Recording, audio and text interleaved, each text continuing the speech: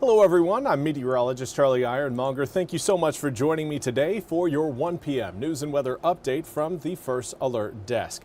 Now we've got news out of Greenville where Congressman Greg Murphy announced earlier this morning that he would be running for re-election. It happened this morning on Greenville's radio program Talk of the Town, where he announced that he'll run again next year to continue representing the 3rd Congressional District. Now, Murphy was first elected to the position in 2019 to replace longtime Congressman Walter Jones after he died. Murphy's district has seen a shakeup after North Carolina's Republican-led legislature redrew congressional maps for next year's election. The new map moves Beaufort, Hyde, Dare, Craven, Pamlico, and Carteret counties into the 1st District, while shifting Greene, Lenoir, Wayne, and Wilson counties into the 3rd District. The new map aims to give Republicans an additional congressional seat by giving them a county advantage against current Democratic Congressman Don Davis, who represents the 1st District. And now we want to turn our attention to the story that's been grabbing attention worldwide, the heist of the Louvre and the removal, or really the theft of some of France's precious gems. NBC's Raf Sanchez has more from Paris. We are now for the first time seeing the moment that the Louvre jewel thieves made their audacious escape on Sunday morning after stealing more than $100 million worth of crown jewels. And we are getting fresh details about the security lapses that allowed them to vanish without a trace. The director of the Louvre appearing in front of a French Senate committee yesterday, acknowledging what she called a terrible failure to keep these items safe. One of the key revelations was that the only security camera outside of the Apollo Gallery was facing the opposite direction from the balcony that the thieves climbed up. So security did not realize that a break-in was underway until the windows were being smashed, and by that point it was already too late. The museum director offering her resignation to the French government, but she says it was not accepted as the vast manhunt continues underway here and across Europe. Raf Sanchez, NBC News, Paris. Thank you very much, Raf, for that report.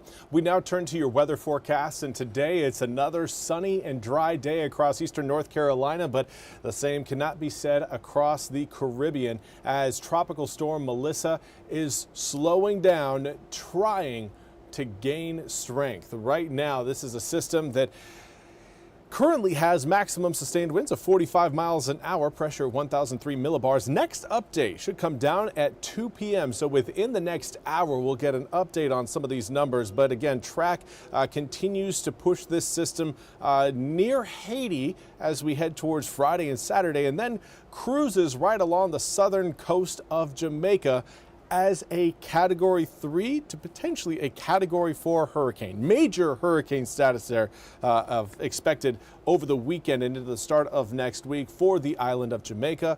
It is not looking good across the island. Again, a lot of water is going to get pushed up over the island in terms of storm surge, along with very strong winds and very, very heavy rain. Again, not what you want to see if you've got friends, family in Jamaica, or just concerned about the island nation itself. It's going to be struggling here with Melissa kind of just hanging around. Now here in eastern North Carolina, not seeing anything that gives us too much concern other than, of course, the fact our dew points are down in the low 30s, which means our air is very dry. And being under a drought right now, the last thing we need is more dry air. But current air temperatures warming up. Right now we're at 68 degrees at Pitt Greenville Airport, starting to see the 70s show up. We've got 70 degrees right now in Jacksonville, 72 in Stumpy Point, 68 being reported across Edenton, Washington, Williamston, Kinston, Kenansville, Goldsboro, and Greenville, while we've got 67 degrees being reported in Elizabeth City, Rocky Mount, Swan Quarter, Oriental, New Bern, and Beaufort. It has been a mild day so far. Winds blowing out of the northwest at a fairly reasonable 6 to 14 miles per hour. Later on today, though, those winds may be picking up a little bit more speed. But over the past 24 hours, those winds have done an incredible job of drying our air out. We have seen a big drop in our moisture content, and that, of course, is leading to an elevated risk of fire. Forest fire. So please do not do any burning here over the next several days because of the drought that's happening and the fact that our air is very, very dry. This is the kind of situation that usually sees forest fires get going and spread rapidly. Windy weather, dry air, so low dew points, and a drought. All three of those right now present over eastern North Carolina. So again, please, if you can, avoid doing any burning over the next several days, at least until we get into next week, when we'll start to see a better opportunity for rain. That rain will come from that area of low pressure you're seeing back over Oklahoma. That low pressure system will encourage, again, rain showers to move in late Sunday night, more so early Monday morning, and then that whole system is expected to linger near the east as it moves off of our coast and stalls near the Outer Banks. That'll keep a chance of rain in the forecast all the way through, I'd say, at least Wednesday of next week, possibly even including Thursday at this point. Right now, it does look like we should see that whole system exit by the time we get to Friday. Next Friday, which of course is Halloween. That's the important day where we don't need rain showers. But to argue the counterpoint, everyone right now certainly needs some raindrops. We'll get them coming up next week, but it is again going to be close as far as your Halloween forecast goes, whether or not we are going to be seeing rain showers as the trick-or-treaters head out the door.